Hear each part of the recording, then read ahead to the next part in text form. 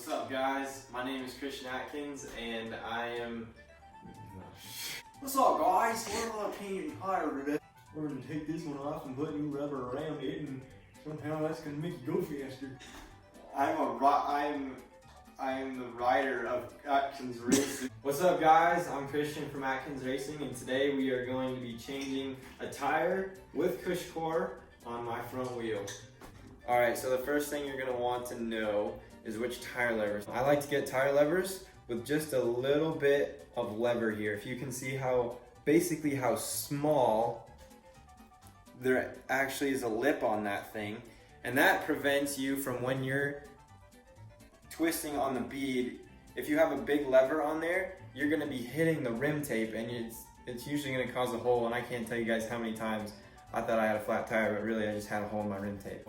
Invest in a pair of tire levers that have just a small little lever on there. Alright, first step, deflate the tire. Don't know how to do that? Learn how to poke a stick. So you can probably cut this part.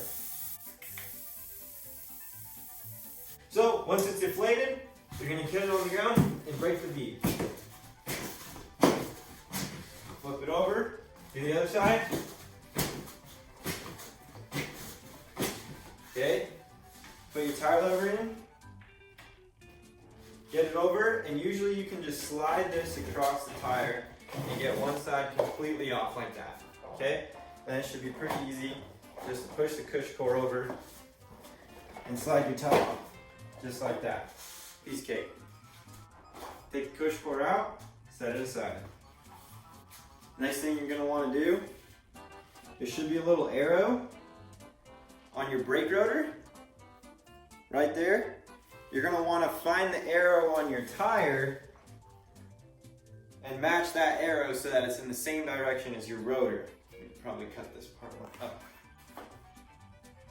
Don't put that part in. What are you gonna do, Christian? What are you gonna do?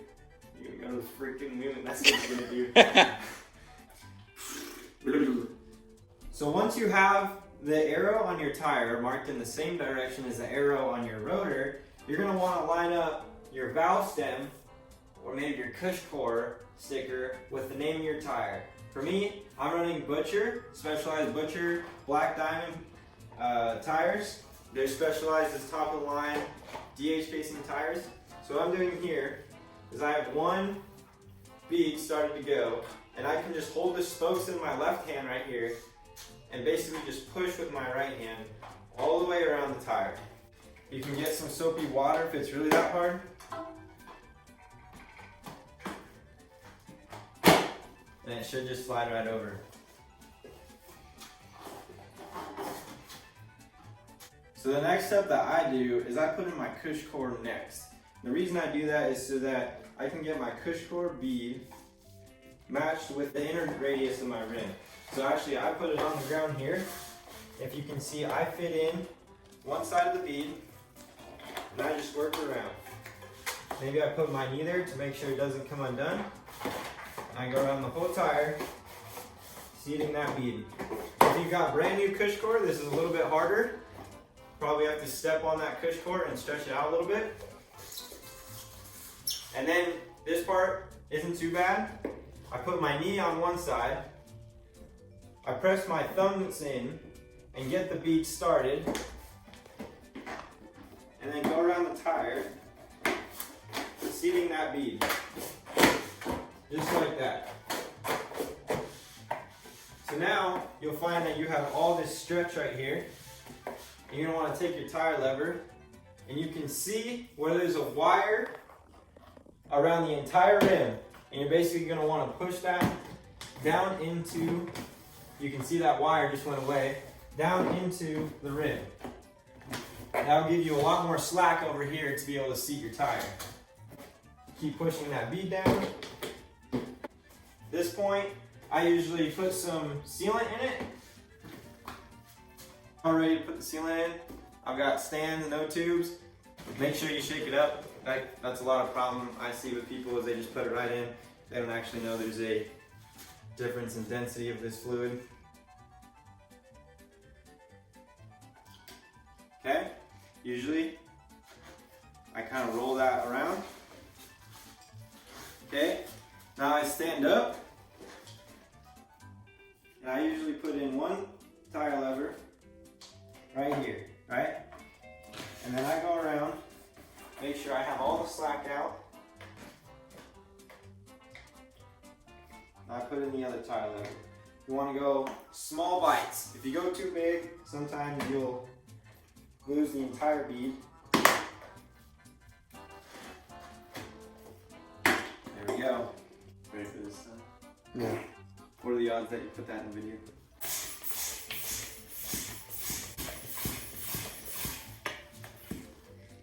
This is where you would use a compressor, folks, but we're here at Atkins Racing, just got a little words, man, words!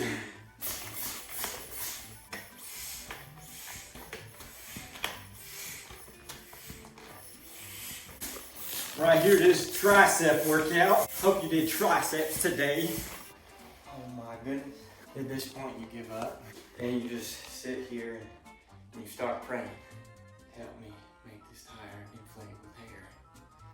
I don't actually know any tips for this part, other than get a compressor or get some CO2 for crying out loud. Yeah, they're $3 a pop, but sometimes you just gotta splurge a little.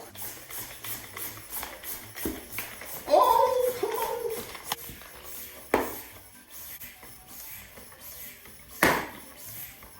Once you got your tire inflated, go ahead and check all the way around to make sure this wire is showing around the entire side of the rim. If it isn't, deflate it and pump it up again, or pump it up more. I pumped it up to about 35, that was plenty enough. Go ahead and let some air out. I run my front tire around 18 to 20 PSI.